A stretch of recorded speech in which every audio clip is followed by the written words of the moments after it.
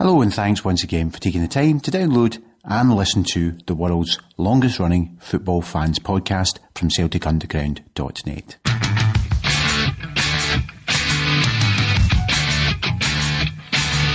Some people might say my life is in a rut. I'm quite happy with what I got. If you like what you hear today, you can subscribe at iTunes, and you can download or listen at a variety of places where I'm sure you can also subscribe, and these are SoundCloud, Audio Boom, Spreaker and YouTube, and of course the website CelticUnderground.net.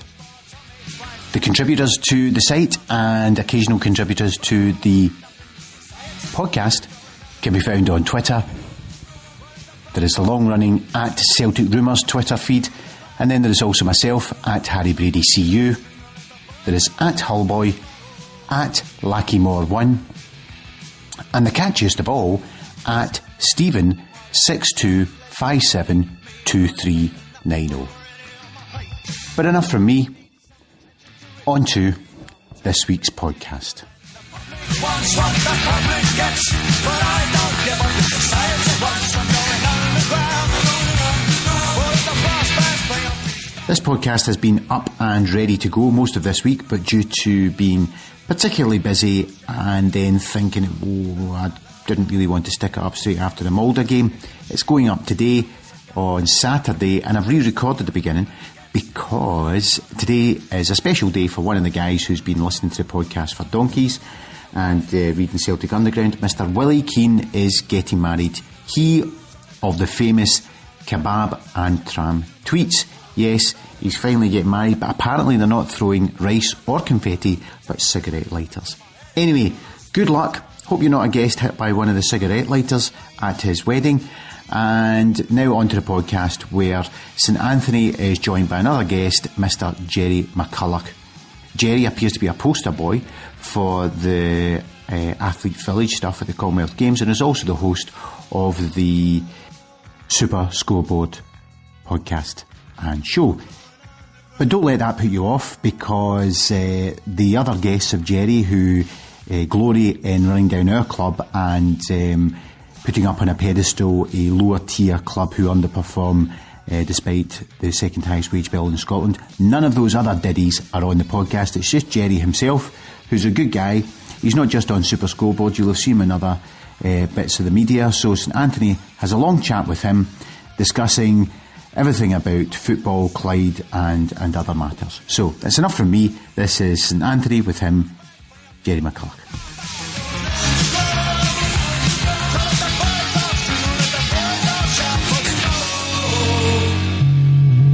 It's my great pleasure to be joined by Gerry McCulloch of Radio Clyde. Gerry is very well known to every football fan out there, and anybody who ever listens to Radio Clyde's Super Scoreboard will know Gerry's voice automatically. And I have to say to Gerry before we start that it's most unusual for you to be sitting here as the interviewee rather than the interviewer. It feels unusual for me. I'm much more comfortable being the one asking the questions than the one answering the questions, but I trust you. I trust you. Okay, we'll crack on then. You've got a good look in your eye. We'll crack on then. The first question, anybody who ever listens to the site knows that we always start off with the same question with everyone, and that is, what's your first football game you recall, and who was your first football hero? First big football game I went to, I was brought up in a Celtic supporting household, so but my dad was one of these guys who thought, I'm going to wait till my boy's old enough to kind of understand football and understand the concept around football. I'm not just going to throw him in and make him support a team, so I'm going to wait until he's old enough to make up his own mind. I was 6 so he didn't really wait very long, but I was 6 and he took me to Celtic Park to see Celtic against Hibs, so we're talking 1978, and at this point I think I remember that Celtic were on an unbeaten run. Now, I want to say 30 games, but that's maybe increased a little bit with time. But they were on quite a long, unbeaten run. My dad took me to Celtic Park, lifted me over the turnstile. I remember, that feeling you get when you walk up the steps and then you see the ground in front of you for the first time. I remember just being totally awestruck. And Celtic get beat 1-0. Oh, right. So I was a jinx from then on. So I remember that as a young boy. My first footballing hero, ironically, at the time, I think back then he may just have left Celtic at that point, but my first real footballing hero was Kenny Dalglish. Mainly with his time at Liverpool when I was growing up, and just watching the whole King Kenny thing, the posters up on the wall, watching him playing for Liverpool and Scotland. I aspired to be Kenny Dalglish. And what about at that time? Did you go regular when you were a boy? Not really that regular. I grew up in Saltcoats in the West Coast, so it was just really whenever my dad went to the game, weren't season ticket holders or anything like that. Whenever my dad decided to take me to the game, we would go to games, and it would, we'd maybe go and see Celtic at that point, maybe 3 or 4 times a season, something like that. Of course, Saltcoats is famous for Bobby Leinert's country. Yeah, absolutely. I know Bobby. In the pub in the old days. Yeah, absolutely. Bobby's bar. I know Bobby. I went to the same school as his boys. Roy Aiken, another one, went to the same. Roy for Saltcoats. Yeah, Roy went to the same school as me. Mark Reid, who played for Celtic, went to my school. Stevie Clark, because you sort of alluded to Stevie Clark and Radio Clyde before, just dropping wee things in, about just wee clues about where he come from, but without actually saying it. Yeah, no, he was another one with the St Andrews Academy in Saltcoats had a fairly sort of illustrious back catalogue of professional footballers that have done pretty well. And is there a supporters bus down there? There's a Broston Saltcoats district. Yeah, I don't know what it is at the moment. It's a long time. I've got this vision of seeing that in the old days, but where buses had a flag at the front or a plaque. You used to see it. It was quite a popular bus. So you're the main man in Radio Clyde Super Scoreboard. So a wee history lesson for you here. I remember the beginning of Radio Clyde in 1973. Way before my time. They gave out wee red button badges at school, right, and it was Radio Clyde at 261. That's right, yeah. 261 was obviously the frequency that they used, and at that time they tried to branch into the football, obviously, and in the beginning it was Richard Park and Bob Crampsey. This is about 1976, and really what it was half music and half football. It was an odd mix, because in between talking about Celtic and Rangers and Scotland and all the other things of the time, you would be getting Fleetwood Mac and ELO and ABBA and all these big bands at the period.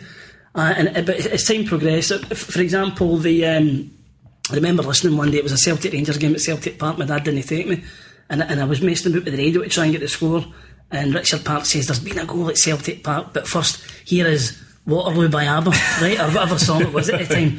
And I remember tearing my hair out until it came off, and they went to Celtic Park. Ironically, Celtic had scored, which was good then. So nowadays people would accuse you of having an agenda, and they say, you wouldn't play that song if Rangers had scored. Exactly.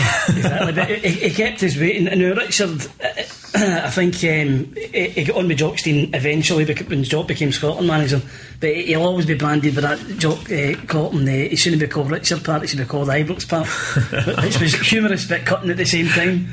Now the advent of the phone-ins is interesting, because I reckon it was about 1980, and the first two big stars of the phone-in were Gerry McNee and Jimmy Sanderson. And I think Jimmy was the better loved of the two of them, to be honest, because Gerry was a sort of pantomime baddie. He was a guy that he didn't like anybody. He didn't like the Celtic board, the Rangers board. We've still got one of them. Exactly.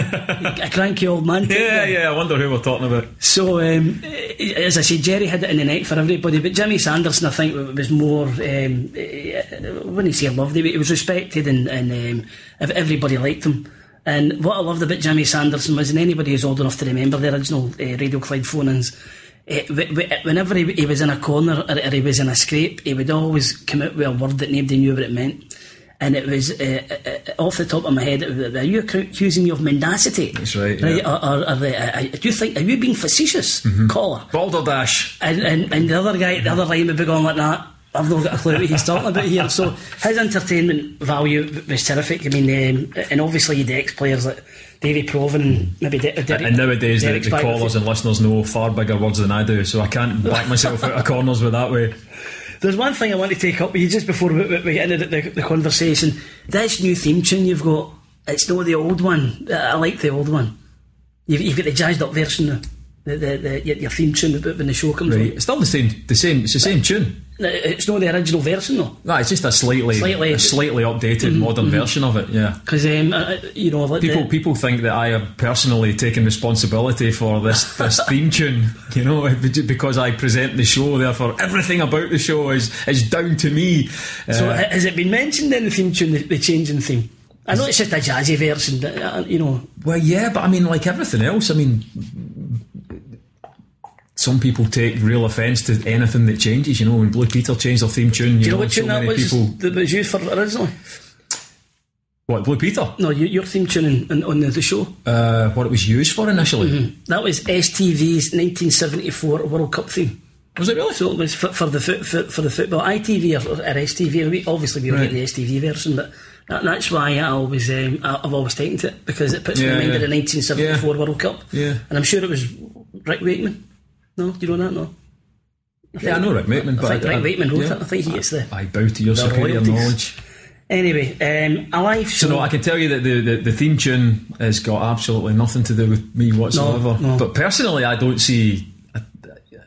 Listen, I love the fact that any small change to the show, some people don't like, because it means people are passionate about it. You know, that's great. You know, so that's the positive aspect of it. You know, it's a slightly different version of the theme tune. Personally, I don't have a problem with it. So the show itself, there must be difficulties having a live show. I mean, me and you recording this, and it goes on tape, and it's fair enough, it's just two guys talking, but it must be really difficult when you're airing a show, it's going out live, and not only that, you've got callers and you've got guys in the studio, and it must be a hard thing to balance. Yes and no. I mean, listen, we're talking about football at the end of the day, you know, and if you can't talk about football, then you're maybe kind of in the wrong job. You know, we all love football, we all like to think we know football, we're all opinionated about football. My job, as you say, is to try and balance, not by telling people what to think, but by trying to get people's opinions out of them. You know, I'm not there. You know, some people have this misconception that I'm there to make sure the show is unbiased. You know, I don't mind at all if people are biased. Right? If people aren't biased, then I would say maybe they're not passionate. Passionate people are biased about a certain club or whatever. My job is to make sure that people's opinions come out, you know, and people's opinions are challenged if there's a challenge there to be had. So that's my role in it all. And, you know, obviously we've got certain rules and guidelines that we've got to stick within, you know, not just within our own brand at Radio Clyde, but within Ofcom and within the law as well. So obviously you've got to listen out for certain things there. But I enjoy it. It's challenging, but it's a good challenge. So how did you come upon? Were you a journalist by trade or a DJ?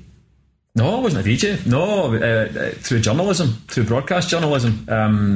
I started out working for the BBC, and then I worked for Setanta when it first started. Then when it folded, I went to STV, who were in the same building as Setanta, and worked for STV News for 4 years. Then went freelance again, started working for Sky. Did various jobs for Sky, Soccer Saturday, Sky Sports News, and then got the chance to present the phone in every Monday. At that point, this was still Jim Dale hunting that. Yeah, at that point, Jim used to do Tuesday to Saturday on the phone in, so they were looking for someone to do a Monday. So that's when I came in, and then since then I've had the opportunity to do it 6 days a week. So that's where we are. So television and radio, obviously, there is a slight difference that you can see people on TV. Oh, huge! But the big difference, and this is why radio for me is so much better. The big difference is the time you get and the space you get to speak. On TV, it's very constricting. You get very, very little time. It's quite a false environment. You kind of feel as if you're in a box, not literally. But with radio, you've got time and space to talk more, to listen more, to get guys to talk more. There's radio to me is the best kind of broadcast medium to work in. And but the calls are coming to you. Did they get vetted? Do you know who's coming? The way I like to work it, and again, people have got their own kind of, you know, paranoid suspicions about how we do things here. The way I like to work it is I like to know, in a sense, what people are phoning in about, because I think the phone-in show is designed for it's designed really for the silent majority out there who enjoy listening to the programme and who maybe will phone in. Yeah, the vast majority of people who listen to Super Scoreboard don't phone in. It might sound weird that that we're kind of catering for them, and I'm not saying we're only catering for them, because I would love if everybody phoned in, but you tend to find people with the extreme views, or the people who enjoy the crack and are regulars will phone in. I like to be able to direct the conversation or the topics so that it's segmented, so that it's an easier listen. I don't like to just go from one thing and then go off on a tangent to somewhere else, and then away off on a tangent to somewhere else, because things are happening in the news, sports news, that we want people to know as well. So it's a cross between people phoning in with their own views about things that are current in the news. It's a cross between us keeping people updated with the news as well, because when people tune in at 6 o'clock, they might not have heard the news that day or seen the news, so we need to keep people up to date with what's been happening in the world of Scottish sport. So between myself and the producer, we'll take a view as to the calls that are coming in on certain subjects, and we'll make sure that a balance and a fair balance of calls and a fair wide range of calls get on throughout the programme. So we'll say to the people when they phone up, we'll take their name, take what their point is, what they want to talk about, and then we'll say to them that we'll call them back and we'll find a slot for them, because it's good to get, perhaps we've got two guys who are phoned up with opposing viewpoints on the same topic. I've seen you do that before. So we'll find, right, let's get the two of them on at the same time, for instance, so we can effectively produce the programme that way. Much better to get these two guys on at the same time and have them going head to head, rather than one of them on and then maybe an hour later you get the other one on. I prefer to structure it a bit more like that. So everybody will get their fair shout, but I like to do it so that it's an easier listen as well. Because I heard a call, it was a night of the Fenerbahce game at Celtic Park, and the guy phoned up and says, it's this Celtic Fenerbahce game tonight, and you said, okay, what have you got to say? He said, I hope they get right into them tonight. And you're like, oh, very good, listen. And he went, aye, Fenerbahce. I know. So sometimes you can be taken aback with that, I suppose, you know. I mean, when people phone in, they don't speak to me, obviously. No. They speak to a producer who sits in the phone booth, and he takes a note of what the caller wants to talk about. And we'll have a chat during every commercial break, and we'll have a chat about what the people on the phones have been wanting to speak about, and we'll decide kind of what order to put them on. That's the only kind of control we've got over it. I hear allegations, and I get it on social media, that we only let people on who say certain things, or that have got a certain viewpoint, or that want to talk about certain things. Absolute bunkum, as Jimmy Sanderson would say. There is nothing in that whatsoever. If we ever did that, we'd be found out instantly, and nobody would trust us. You'd lose your credibility for this thing. Of course you would. So we're not in it for that at all. So there's not a case of us saying any negative Celtic calls, let's get them on. That is absolute rubbish. So, you know, I want to nail that one down straight away. The only thing that we do in terms of structuring the calls is, as I said, make it more of a kind of segmented listen, an easier listen for everybody, so that it's more enjoyable as well. You know. Now, in the beginning, Clyde had probably a wee monopoly because it was the first of its kind. Yeah. And the phone in was quite a novelty at that point. But these days, of course, at Radio Scotland, they've got a phone in, you've got the English guys down south, so there's a wee bit more competition there. Is that something you're aware of? I wouldn't say so much competition. I mean, we do our own thing. I'd like to think we're kind of unique. We really are the only kind of major phone in Glasgow in the West, you know, where we devote 2 hours every midweek and 1 hour on a Saturday to taking calls from the general public and football fans. There is no one else that will do that specifically on Scottish football in Glasgow in the West. So we're pretty unique. So we don't see ourselves as having competition as such like that.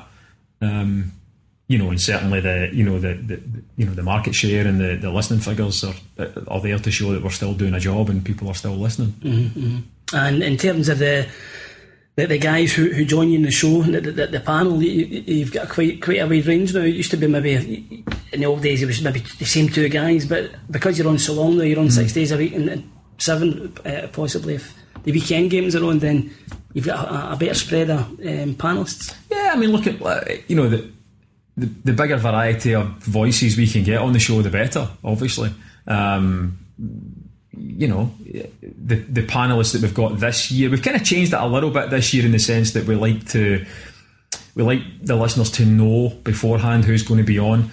think before it was a little bit kind of hit and miss. You didn't know until that night who was going to be on. But I think now, you know on a Monday and a Friday Hugh and DJ are going to be on, because they do it every week. You know on a Tuesday that Roger and Gordon are going to be on. You know on a Wednesday who's going to be on. You know on a Thursday who's going to be on.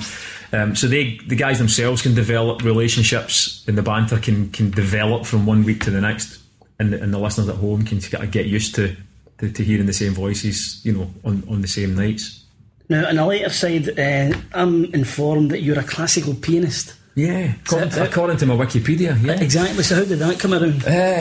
Taking piano lessons when I was younger. I've got a musical family. I went, started taking piano lessons. I was pretty good at it, so I carried on at it.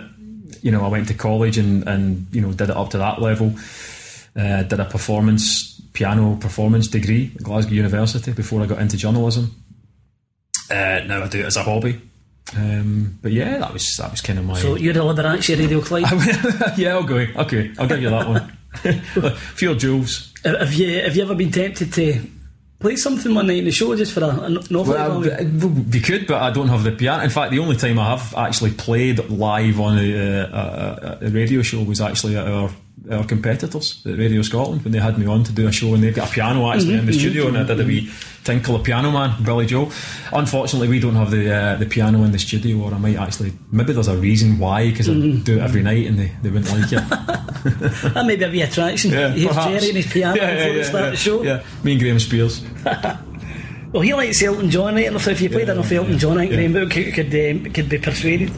Let's talk a wee bit about the football then, and the current climate. Now that we've done the background, Ronny Deila, it's been a mixed bag this season. I think obviously we're still reeling a wee bit from the Malmo disappointment, and some of the results in the league have left a wee bit to be desired. So where do you see Celtic standing at the moment under Ronny? Personally, it appears to still be a work in progress, which I think is understandable. I think it's a bit of it's an unusual situation just now, as you're well aware, because Celtic are certainly as a club and financially and from a fan base perspective, they're streets ahead of everyone else in the Premiership. Almost a league ahead of everyone else in the Premiership. So I think the expectations on Ronny Deila are, Celtic fans have always got big expectations, and they would expect to win the treble every year regardless of who was in the division. But I think even more so now, the expectations are, and the Champions League, exactly, and the Champions League. The expectations are there on Ronny Deila.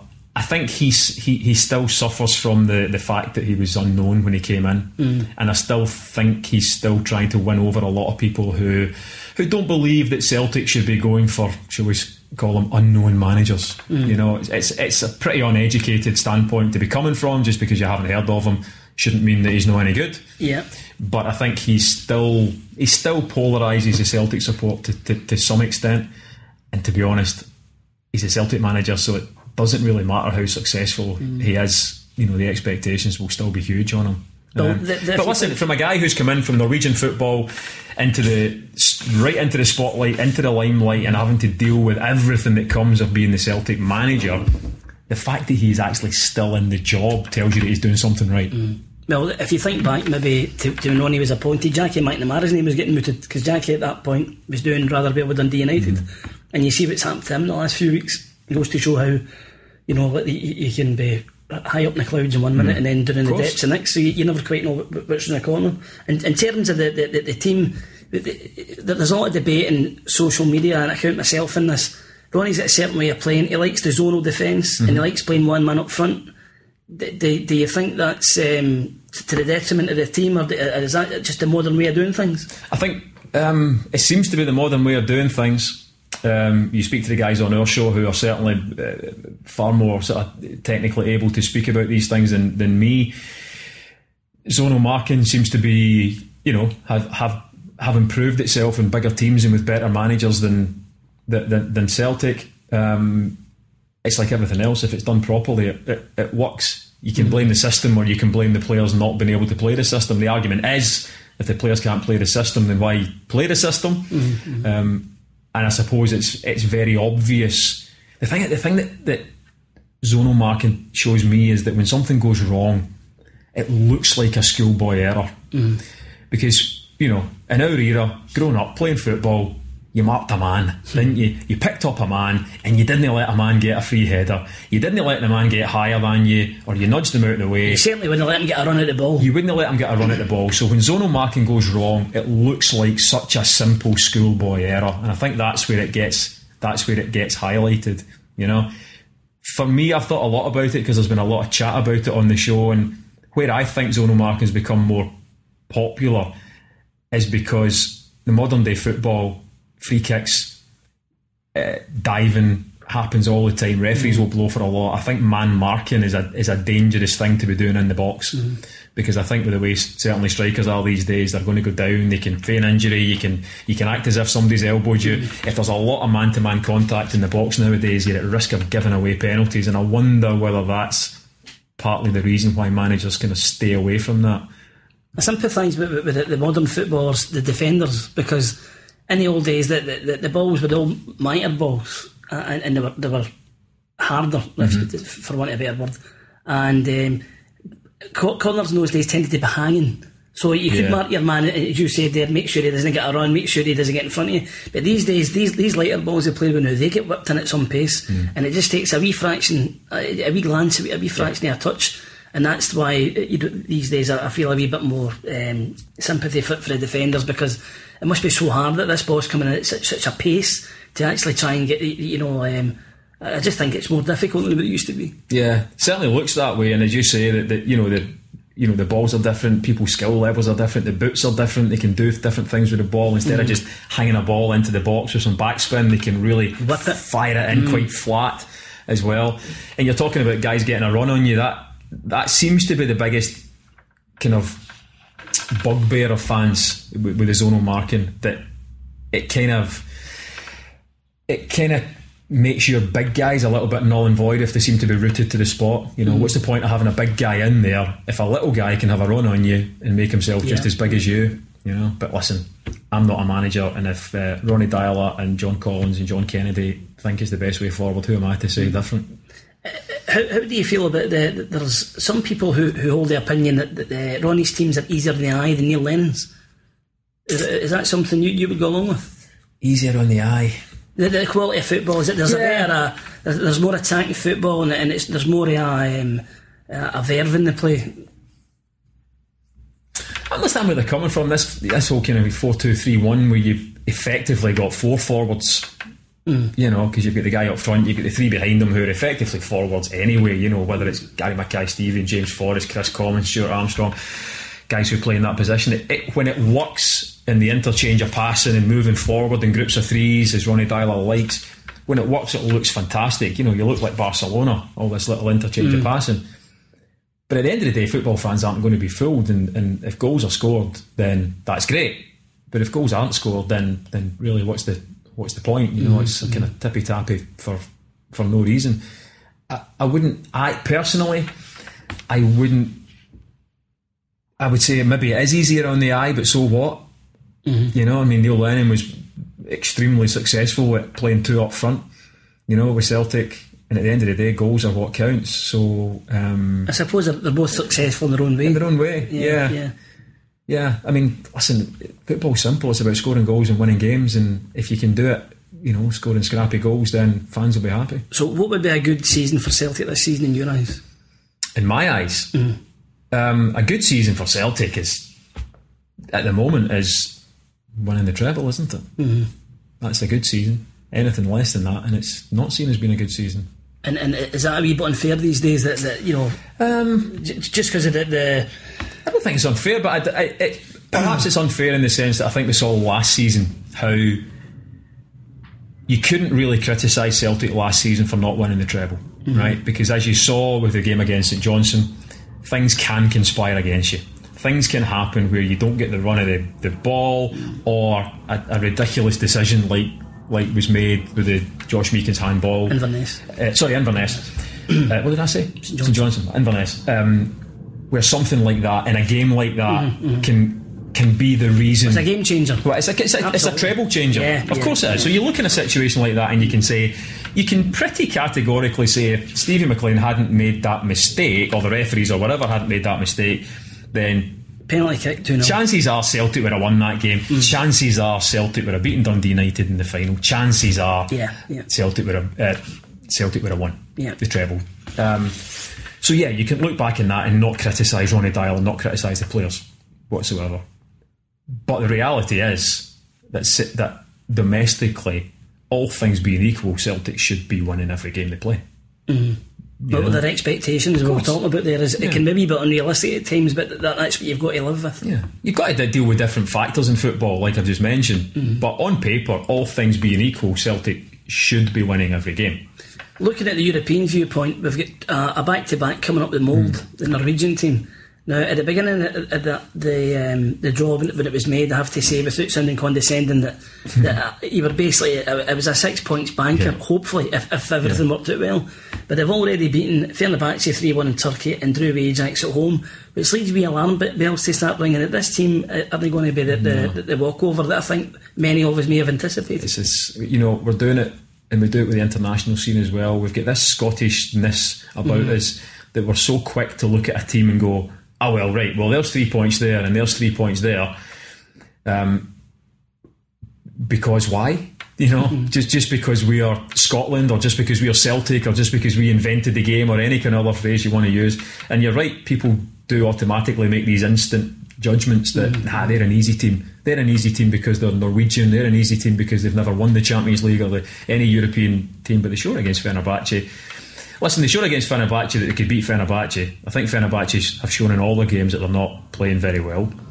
I don't think their heart's in it, to be honest. You can tell that there's stuff going on there. You just got to look at Robin van Persie, for instance. I don't know how much that's infiltrating through the rest of the team. Well, there's a rumour about Van Persie, what he's earning is astronomical. It wouldn't surprise me. Some guys have said it's 100,000, some guys are saying it's as much as 200,000, because for him to go there still when he's got good years left in his career, but the greatest respect to the Turkish league, he's going there for a particular reason, and that must be the wage. And listen, people criticise the wage structure at Celtic, and having a wage structure that we know, and Celtic fans will criticise Peter Lawwell for not breaking this wage structure that they have. But you look at the situation with Van Persie, and if it's true what you say, that someone coming in and earning so much more than everyone else has a detrimental effect on the whole squad, and there's a lot to be said for having a wage structure that you stick to, because players know exactly where they are, and there could be no doubts within that tight group of people that there's not going to be any little cliques or any unrest or any resentment in that.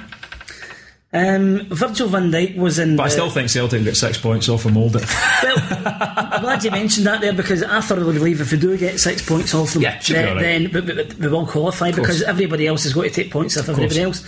But the other thing that's worth bearing in mind as well is, I think hopefully Molde might have lost an element of surprise. And with Ronnie being Norwegian, he must have an idea of who Molde are, how they play, what their players are like, and that inside information should hopefully stand us in good stead. You would think. Absolutely. And I think the game against Ajax as well, that was in Norway, wasn't it, where they drew with Ajax? Yeah, that was a home game. Yeah, it was a home game. I think perhaps they showed in that game, because I don't think there's any teams in our group at the moment who are firing on all cylinders. Well, nobody's going to run away with it, but Molde are actually top of the group, so again, we're talking about maybe beating a team home and away that are actually winning the game. But I don't think them having beaten Fenerbahce the way they did and then drawn with Ajax, I don't really think in the full context of the group that tells us that they're a really good side. No, I don't. But again, you shouldn't be taking anything for granted. So, as I said, the element of surprise hopefully is maybe taking Fenerbahce and Ajax aback. Maybe we can learn for that. I was going to move on to Virgil van Dijk. Now, on his social media, apparently I don't think he meant to be condescending by any manner of means, but what do you think his comments about he's learned more in Southampton in the space of 8 weeks than what he learned in 2 seasons at Celtic? It's an interesting one. We had a lot of calls about it on the show as well, and I'm guilty of kind of feeding this one a bit, because it was a good story, and I know that he was widely not misquoted, despite what he says about translation. He wasn't misquoted. He was maybe. It was on Twitter, so I mean, it's there to read. Yeah, I know, but he gave it to a Dutch team, so he obviously spoke in Dutch. But it was perhaps blown out of proportion a little bit, you know.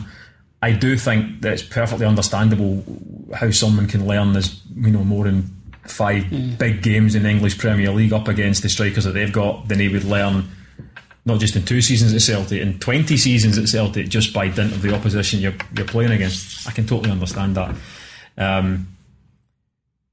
But there's a little question that still remains, and that's Virgil van Dijk's performances when he was up against good teams when he played for Celtic. And I always got the feeling, I met Virgil van Dijk a few times. He was never the most kind of, you know, forward, friendly, gregarious creature, which is absolutely fine. Not a problem with that whatsoever. You get guys that are, you know, they're instantly warm in your mates. You know, you speak to Stuart Armstrong or Gary Mackay-Steven, and these guys are just normal, down to earth Scottish guys. Virgil van Dijk's not like that, and that's fine. He had a certain aura about him.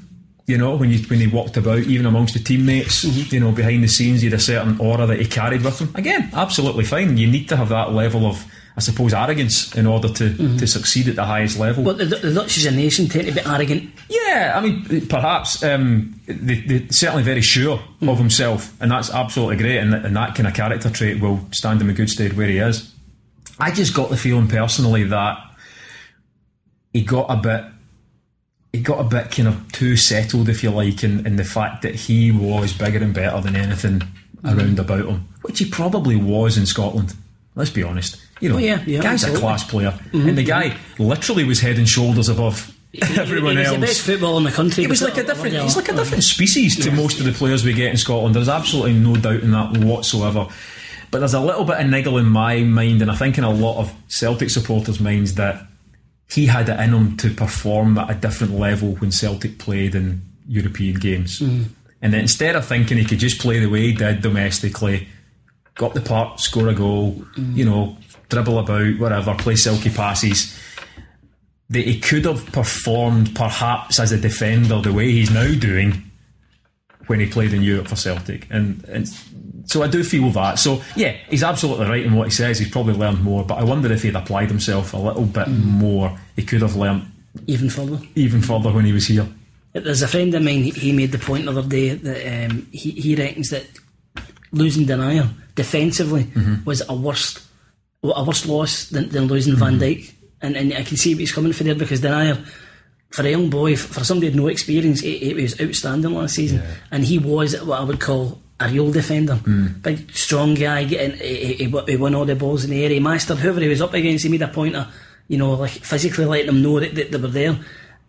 Whereas I'm not trying to down Van Dijk, but Van Dijk was the footballer at the two of them. He took the ball for the back, he played the passes, and the big long diagonal balls used to play. He was superb at them. Yeah, absolutely. I mean, like, when you see that for the first time, you think, my God. And then you see it the second time, you think that wasn't a fluke. That he could do that every game, you know. So he has got his merits, but defensively, Denier maybe was a worse loss than I've heard that a lot, and you know, quite possibly the case. When you lose both of them at the same time, it really stands out, and I think Celtic, which is shown. Of course, it's shown, and we always knew it would show. You know, we get criticised towards the end of last season by saying, listen, Celtic will need to watch defensively because it looks like they're going to lose Denier, it looks like they're going to lose Van Dijk, which happened, and Celtic will find it difficult to replace, you know, both of them in that position, and it's shown. You know, it's no criticism of Ronny Deila or the players that he's brought in. It's just an extremely difficult thing to do when you're losing arguably your two best players who play next to each other in a crucial part of the pitch. It's going to be a hell of a difficult to I think that's part of the problem that Ronnie's got, that each season he's going to lose his biggest asset. It's bad enough losing any player, but it's your main man. Like, for example, last year it was Fraser Foster. I think we did really well to get Craig Gordon, and so that loss hasn't really been shown as much as what it might have been. This year you've got Van Dijk and Denier, and next season, for example, who's to say that if a bid comes in for Near Beaton or Lee Griffiths, if Lee Griffiths continues to score goals in the vein it is, then Ronnie's going to be back to square one again, and every season it's almost the same recipe. It's really difficult. It is, but that's the way it is, isn't it? That is the way it is. And as Neil Lennon said before he left, he was well aware that if Celtic didn't qualify for the Champions League group stages, then they had to make ends meet by selling their biggest asset. The worrying thing might be the fact that it's now becoming the norm, if you like, for Celtic not to get into the Champions League group stages. You know, maybe as a lot of Celtic fans have said in our show, got to accept that Celtic at the moment are a Europa League side. Now that's all very well accepting that and saying, you know, winning the Europa League would be an incredible achievement, but I just wonder how much that the big money for these players, for the Wanyamas and for, you know, Virgil van Dijks and Fraser Forster, they were able to get the big money because they were able to say, listen, I know Scottish football isn't all it is cracked up to be, but look what these guys have done in the Champions League and in the Champions League group stages, therefore it's 13 million quid, thanks very much. I worry that they're going to be able to do that now. Well, definitely, I think the you know, any asset we've got at the moment, I don't think we're going to realise what we're getting for the likes of Wanyama and Van Dijk and Foster. It's interesting you should say that there, because I agree with you, like Wanyama and Foster in particular made their reputation in the back of that one against Barcelona in Glasgow. Yeah, of course. And that almost became a stuff of legend. And then, you know, they moved on and these things happen. But Ambrose also played that game. He did, and as we're constantly reminded. See, when you look at the team, my son pulled out a photograph recently that he had there was a Celtic team and Miku was up front that night. I mean, when you look at it, not only were Barcelona the favourite, Celtic were quite under strength because of I don't know if I can't remember if it was injuries or suspensions or whatever, but and Mulgrew played in midfield, which really isn't his game. And let's be honest, if Fraser Forster hadn't played out of his skin that night, Barcelona would have won quite easily. There was an element of good fortune. Oh, absolutely. Or good goalkeeping. So we wouldn't normally talk about Scotland on our podcast, but I'm going to make an exception. Reason being, I found it fascinating to see in the group that Scotland were in, Martin O'Neill going face to face with Gordon Strachan, head to head. Not only did they go head to head in the home and away games, but they went head to head for the duration of the group. And it was interesting to hear the two of them having a wee pop at it. They were very well mannered about it, but nevertheless, you can read between the lines. Strachan had his wee dig first about you didn't beat us. You didn't beat us. We beat the world champions. That's right. So and Martin come back with the retort, well, we took 4 points off Germany, pal. How about you? So like would you pick one above the other overall in the managerial? Do you think that one is the better of the other, or do you think they're just two fascinating characters? I think they're two absolutely fascinating characters. I think I didn't get the chance to work with Martin O'Neill. I was still living in London at the time, working down there. I worked for Gordon Strachan's full time at Celtic, so I'd interviewed him many times, been at press conferences many times. As a member of the media, he was probably one of the most difficult people to work with. However, I'd heard that Martin O'Neill was fairly difficult to work with as well. Gordon Strachan and I never really got on personally. I don't think Gordon gets on me. That's absolutely fine. Listen, nobody, we're no, you know, the position he's in, the position I'm in, we're never going to be mates. That's just the way it is. But there's absolutely no question about it that both of them have found the key to being good man managers. You know, they've both proved that. They proved that at Celtic and away from Celtic. So yeah, perhaps different styles. I couldn't really comment on that. Gordon Strachan is such a football man. Gordon Strachan, I think, lives, breathes and eats football, and that seems to click with the players. He seems to find very quickly the players that will play for him, and he will be as loyal as anything to those players. As soon as he sees you as a player that's not going to play for you, that's it. You're out the door. Forget about it. And I think you have to be ruthless like that as a football manager. I couldn't really compare both of them, but they've both been. I think for what I can gather, certainly, you know, for the Celtic period, O'Neill was very much a motivator. Now, I don't think he was particularly great in terms of tactics. I think his thing was, you are better than these guys, you're going to pack. Yeah, and he perhaps had a presence. Yeah, you know, he would never turn up really in the training pitch until the last minute. You know, he wouldn't really players wouldn't see much of him. Jumped, you know, exactly, but he had this aura when he walked in a room, and so perhaps that, you know, it's a psychological game being a football manager. You're dealing with some big egos there. Because I always remember Henrik Larsson was on record as saying that the team talk before Celtic won Anfield in 2003 was so good that he knew they were going to go out and win. He says, I've never heard anything like it in all the years at Barcelona, and he'd Ferguson at Man United and all these great managers and stuff that Henrik you know, was under, and he said he'd never heard a better team talk that night. He said that team went in that part and they would have literally knocked down walls to do it for Martin O'Neill. Whereas I think Gordon, in fairness to him, I think he is a tactician. I think he is a kind of the guy. The only thing I would say negative about Gordon Strachan is, and I think it showed up in the group, was the night they played Georgia, he tried to be too smart with the tactics when he said just to put a team out to go out and beat them. And I always remember thinking that night, you know, the Republic have won in Georgia, Poland have won in Georgia, and Germany have won in Georgia. You need to win this. You don't win this, it's, you know, you could see us sliding behind. And if there is a wee sort of criticism, I think sometimes he overdoes it with the technical side, whereas he should have more faith in his players to maybe just go out and do the business. But like at the end of the day, we're saying this from a position of hindsight where Scotland haven't qualified. You know, Ireland are in the playoffs, so therefore we don't talk about the fact that O'Neill maybe got it wrong against Scotland twice. You know, and look into how that happened, because, you know, Gordon Strachan's right. Republic of Ireland didn't beat Scotland. Poland didn't beat Scotland. You know, the two teams that finished above Scotland, discount Germany, didn't beat Scotland. The Scotland thing is, we're watching Wales qualifying for the first time since 58, Ireland first time since 86. Northern Ireland. Northern Ireland. Yeah. And my son's saying, my son's 11, he's like, when are we going to qualify for one of these tournaments? So I'm not a big Scotland fan, and for the viewpoint, I don't go and watch them. I watch their games in telly. I'm a proud Scot. I want us to win. I want us to get to tournaments, and I would love to see it just for the kids, that generation of kids now that are growing up, and have they seen a tournament and they don't remember the good times we had, because the success for us isn't in the group, it's the getting there. It's a bit like Celtic in the Champions League. See if you qualify for the Champions League and you get a good account of yourself, that's as good as it's going to get these days. And I think it's the same with Scotland, and that's why when you see what Northern Ireland are doing and you see what Wales are doing, so at this point, how would you think if somebody was to say that, I think I heard it in the show, that Craig Levein is only 1 away for Gordon Strachan's record, and yet he's remembered in a negative way, whereas Gordon Strachan in the first 24 matches in charge, Gordon Strachan's only won one more game than Craig Levein. So statistically we don't seem to be that much improved, and this is where Gordon Strachan's a genius. Somehow he's managed to get the nation behind him. Somehow he's managed to foster this feeling of we're going in the right direction. Players are all fighting for him, you know. And it's not false, because when you look at the call-offs from the player, it clearly is there in black and white that the players enjoy reporting for duty under Gordon Strachan. You know, the call-offs were all over the place under Craig Levein, so the players are clearly enjoying it more. Gordon Strachan does have a more sort of controlled relationship with the media and the press. Sometimes it annoys me. I don't go to press conferences anymore just because I work in a studio.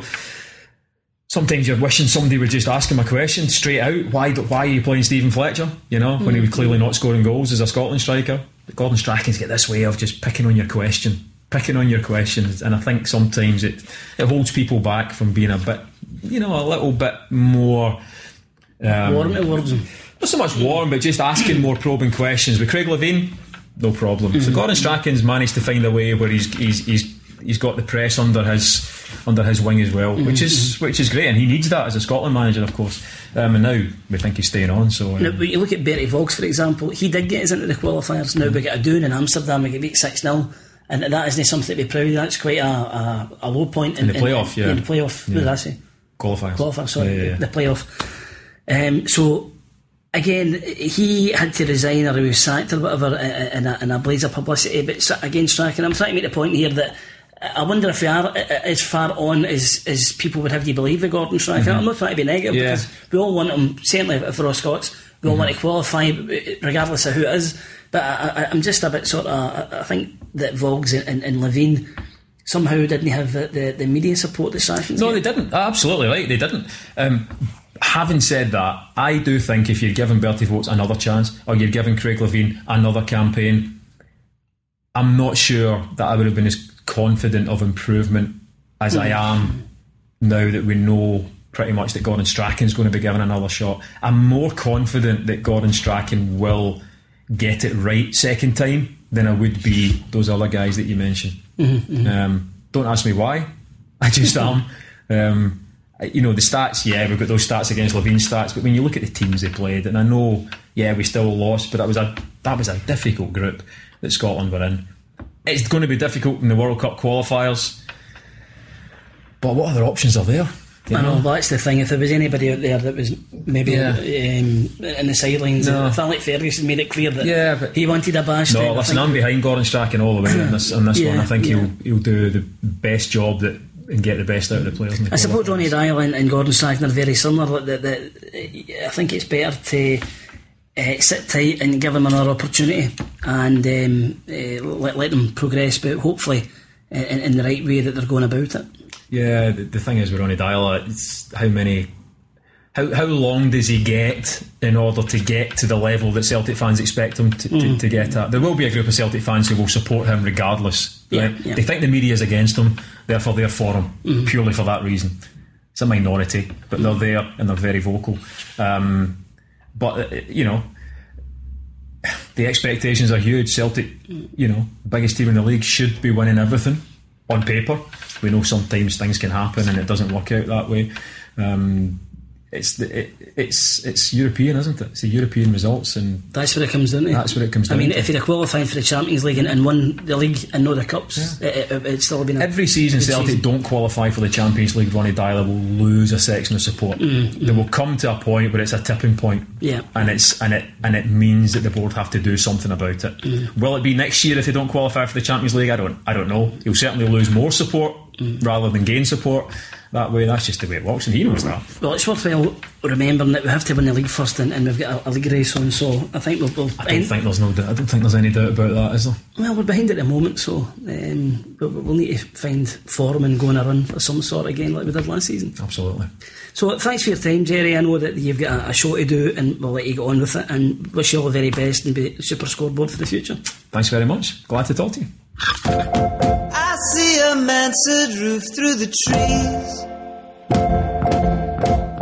I hope you enjoyed that podcast, and if you are a listener to the Super Scoreboard phone-in, you no longer think that Gerry's such a bad guy. It's just his guests. Anyway, enough from me. Don't forget there's loads of Celtic FC Foundation things you can find out about on the website. I think there's running out of places fast for the golf thing next year, and there is the sleep out at Celtic Park for the Celtic FC Foundation, where you can raise money and awareness of the needs of homeless people as we approach this particularly difficult time of year for them.